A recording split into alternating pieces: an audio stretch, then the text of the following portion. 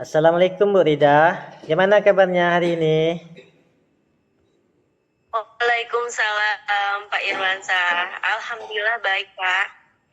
Alhamdulillah ya Bu Rida. Nah, saya dengar Bu Rida ini kan mau melakukan kegiatan coaching ya. Nah, gimana? Apakah sudah siap Bu Iya, Rida? iya Pak. Hari ini saya akan melakukan coaching dengan Pak Catur Pak. Ya, baik. Nah, berhubung dengan tugas saya ini kan sebagai observer nih Bu Rida. Ada beberapa hal nih yang akan saya tanyakan kepada Ibu Rida. Yang pertama, pertama-tama saya ingin menjelaskan dulu nih kepada Bu Rida bahwa untuk penilaian coaching kita hari ini yaitu tentang pertanyaan Ibu ya. Pertanyaan Ibu yang bebas dari penilaian dan asumsi pribadi Bu. Kemudian fokus Ibu kepada area yang ingin dikembangkan serta hasil percakapan kita, Bu. Nah, kira-kira apakah Bu Rida bisa memahaminya? Bisa Pak. Ya, baik. Nah, selanjutnya dari kegiatan coaching kita ini, kompetensi apa sih yang ingin Ibu Rida kembangkan? Dalam proses coaching kali ini ada 3 kompetensi ya Pak yang akan saya kembangkan. Ya. Yang pertama adalah kehadiran penuh atau presence, kemudian mendengarkan dengan dan mengajukan pertanyaan berbobot. Nah, baik.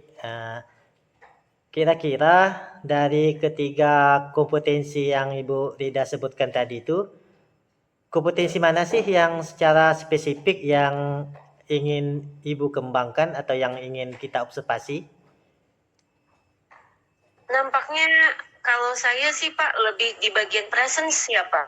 Karena kan kalau kita hadir secara penuh, pastinya fokus dan apa yang disampaikan oleh coach. Kalau kita kurang fokus, otomatis kita menjadi kurang aktif Pak dalam menanggapi coach, dan tentunya itu sulit juga sih dalam mengajukan pertanyaan-pertanyaan.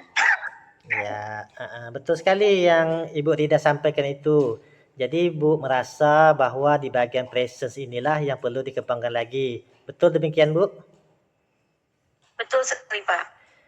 Nah, kira-kira apa sih indikator ketercapaian dari pengembangan di bagian presence ini kalau menurut Ibu? Menurut saya coaching yang dilakukan harus sesuai dengan alur tirta tentunya ya Pak ya. Ya. Dan untuk bagian presence nantinya akan meningkat dengan sangat baik dengan alur tersebut. Baik. Semoga coaching kita kali ini dapat berjalan dengan lancar ya Bu ya. Dan selanjutnya saya mempersilakan Ibu untuk melakukan coaching dan sebagai observer saya akan mengamati Bu. Saya akan mencatat apa yang Ibu lakukan. Apakah sudah sesuai dengan alur tirta dan tentunya yang seperti Ibu bilang tadi, kita akan mengamati bagian presence. Apakah nantinya presence yang Ibu lakukan itu biasa-biasa saja ataukah justru ada peningkatan dengan baik. Nah, silakan Ibu lanjutkan ya Bu ya. Baik Pak, terima kasih dan semoga nanti dapat berjalan lancar. Sip. Silakan Bu. Selamat malam Pak Catur, bagaimana kabar hari ini? Alhamdulillah baik Bu. Alhamdulillah. Sebelumnya saya ucapkan terima kasih pada Pak Catur yang telah bersedia meluangkan waktunya untuk melakukan coaching pada kesempatan kali ini ya Pak. Jadi kira-kira apa yang ingin Bapak sampaikan pada obrolan kita kali ini Pak? Baik Bu, saya juga berterima kasih pada Ibu Rida yang sudah bersedia untuk mendengarkan permasalahan yang saya hadapi. Begini Bu, saya itu ada sedikit permasalahan dalam pembelajaran. Di sekolah, saya itu sebenarnya guru penjaskes Bu. Tetapi diberi tugas sebagai guru kelas Bu. Nah, kadang saya itu merasa bingung kalau sudah berada di kelas yang muridnya itu lebih banyak diam. Jadi tidak seperti kelas lain yang biasanya memberikan respon saat saya menyampaikan materi. Kelas ini tuh lebih banyak diamnya gitu Bu. kalau dalam pembelajaran. Baik. Jadi dari pembicaraan Pak Catur ini lebih kepada pembelajaran yang ternyata Bapak mendapat tugas mengajar yang tidak sesuai dengan latar belakang Bapak ya Pak ya? Iya Bu, kurang lebih seperti itulah. Baik. Nah Pak, sebelum kita melanjutkan obrolan kita, saya mau tanya-tanya, kira-kira apa sih yang Pak Catur inginkan dari percakapan kita kali ini Pak? Saya ini ada solusi sebenarnya Bu dari permasalahan yang saya hadapi. Karena terkadang saya bingung Bu, harus mengapain lah di kelas itu. Berbeda jauh gitu loh Bu dari latar belakang saya yang sebenarnya rumah penjas jadi guru kelas.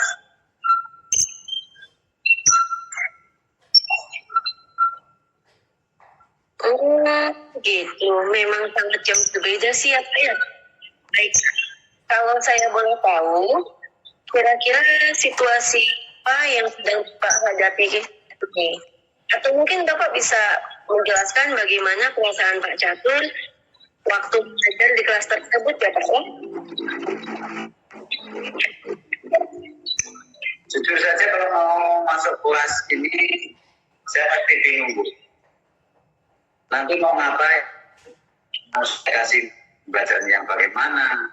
Karena mereka itu lebih suka mencatat daripada diskusi. Dan itu yang sempat saya tanyakan di awal pembelajaran. Jadi awal semester saya sampaikan ke murid bahwasanya saya juga belajar materi ini. Jadi tanya ke murid-murid lebih menyukai model pembelajaran yang seperti apa biar kita juga bisa belajar bareng. Di saat kelas lain itu lebih suka dengan diskusi, kelas itu tuh beda sendiri. Mereka lebih suka mencatat dan itu hampir sama untuk satu kelas. Sebenarnya tidak masalah, Ibu, kalau pembelajaran tiap kelas itu berbeda. Kita tidak dapat memaksa juga kan maunya anak itu seperti apa. Yang buat saya terkadang bingung adalah respon mereka saat pembelajaran. Dengan diam, mereka itu memahami atau bingung gitu Bu. Baik.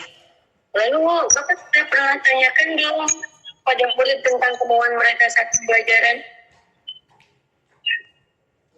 Sudah Bu, beberapa hari kemarin saya tanya lagi ke anak-anak dan saya juga meminta mereka untuk menilai saya.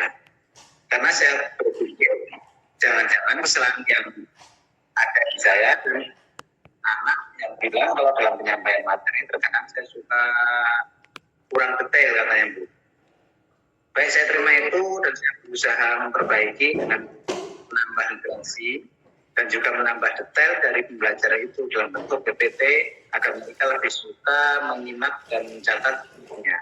Tapi ya kembali lagi, saya masih merasa belum sesuai.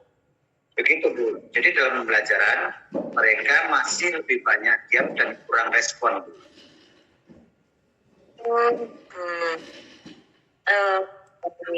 Tadi Bapak menyampaikan bahwa Bapak sudah berusaha menyampaikan pelajaran, tapi masih kurang respon dari situ ya Pak ya.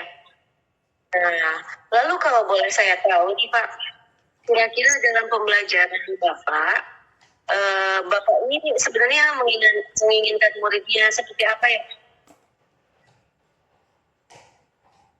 Dalam pembelajaran saya lebih suka murid yang aktif, bisa ada komunikasi dua arah.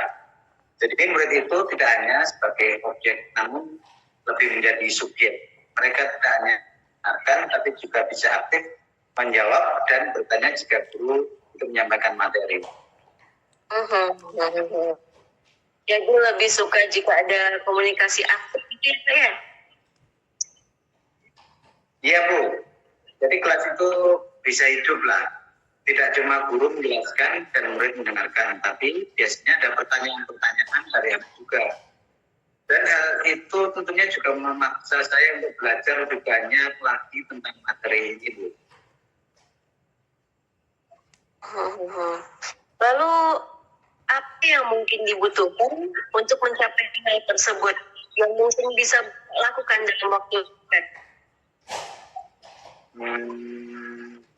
Menurut saya yang mungkin bisa saya lakukan adalah dengan sedikit merubah cara pembelajaran atau model pembelajaran. Mungkin saya akan meminta kepada murid-murid untuk membuat pertanyaan secara pribadi dan bisa saling bertukar untuk menjawab. Jadi mereka bisa lebih aktif dalam pembelajaran dan juga tetap bisa mencatat apa pertanyaan dan jawaban dari orang lain. Dan mungkin memberikan tugas presentasi bisa individu atau kelompok agar mereka dapat mengasah kemampuan berkomunikasi. Karena nantinya mereka akan sangat memerlukan hal itu dalam dunia kerja. Karena kalau kegiatan semacam diskusi seperti ini hanya beberapa yang berpartisipasi, Bu, dan banyak yang tidak aktif, dan mungkin juga saya akan menambah dengan menggunakan aplikasi semacam kuisi, Bu, agar lebih bervariasi dan mereka tidak bosan. Sudah luar biasa sekali apa yang Bapak sampaikan. Bapak benar-benar merencanakan bagaimana melakukan pembelajaran untuk anak dapat aktif di kelas. Walaupun ya tentang materi memang sedikit sulit ya Pak ya, karena memang jauh berbeda sih dari tugas Bapak yang sebenarnya, yaitu guru mata pelajaran pencaksilat. Iya, Bu, ya. Nah, kira-kira kalau boleh tahu nih Pak, kapan hal tersebut akan Bapak lakukan? Mungkin mulai minggu depan, Bu. Baik. Pak Catur, tidak terasa nih kita sudah berada di akhir obrolan kita hari ini. Apa yang bisa Bapak dapatkan dari obrolan singkat kita kali ini kira-kira? Baik, Bu. Jadi dari obrolan kita kali ini, saya merasa dapat menemukan solusi apa yang harus saya lakukan untuk mendidik anak-anak di kelas. Dan saya juga memiliki keberanian untuk mencoba hal baru bersama murid di kelas agar mereka pada saat pembelajaran bisa belajar dengan senang. Alhamdulillah, baik Pak. Semoga apa yang kita bicarakan ini tadi juga dapat menumbuhkan motivasi belajar untuk Bapak ya Pak ya. Dan saya tentunya tunggu cerita Bapak selanjutnya. Bagaimana hasilnya setelah Bapak menerapkan rencana pembelajaran Bapak tadi. Baik, terima kasih atas waktunya Pak Catur. Terima kasih juga Bu Rida sudah mau meluangkan waktu untuk ngobrol sama saya. Selamat malam, Bu. Selamat malam Pak Catur. Ya, luar biasa sekali ya. Saya kira praktik coaching yang kita lakukan pada hari ini sungguh luar biasa lah. Baik Pak Catur maupun Bu Rida sudah melakukan praktik coaching dengan sangat baik.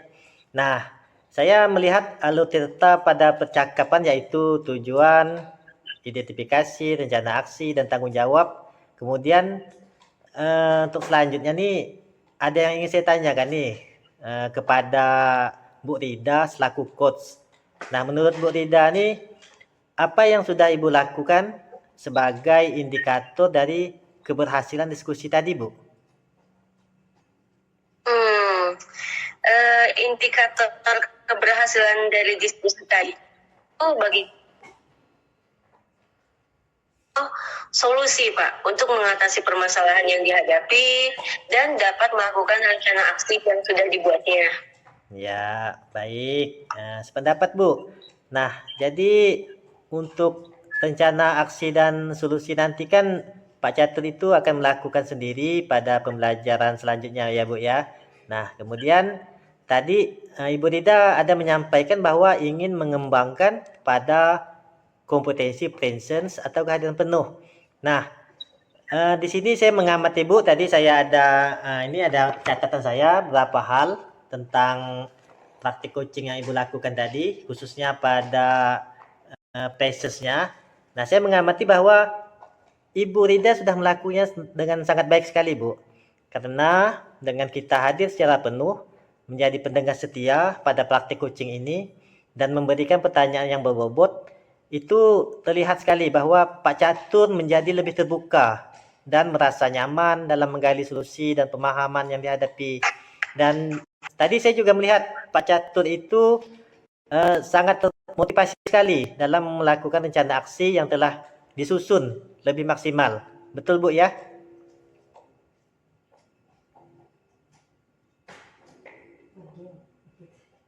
Iya betul Pak Irwansyah. Ya, nah, kira-kira nih, Bu, untuk kedepannya apa lagi sih yang ingin Ibu kembangkan selaku coach terhadap kompetensi yang kita bicarakan tadi, Bu?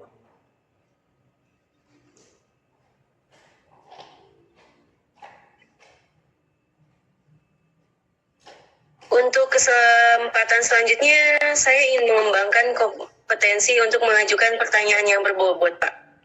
Ya, luar biasa sekali ya, Bu Rida. Nah, terima kasih Bu Rida selaku coach, dan Pak Catur juga terima kasih selaku coach atas praktik coaching kita kali ini ya. Dan apa yang kita lakukan hari ini sangat memberikan pembelajaran kepada kita semua, bahwa menjadi seorang coach itu tidaklah mudah, memang harus memperhatikan kompetensi-kompetensi sehingga solusi dan dari permasalahan yang dihadapi oleh coach itu sendiri. Nah, akhir kata Bu Rida dan Pak Catur, sekali lagi saya ucapkan terima kasih. Wabillahi taufiq wal hidayah. Assalamualaikum warahmatullahi wabarakatuh. Waalaikumsalam warahmatullahi wabarakatuh.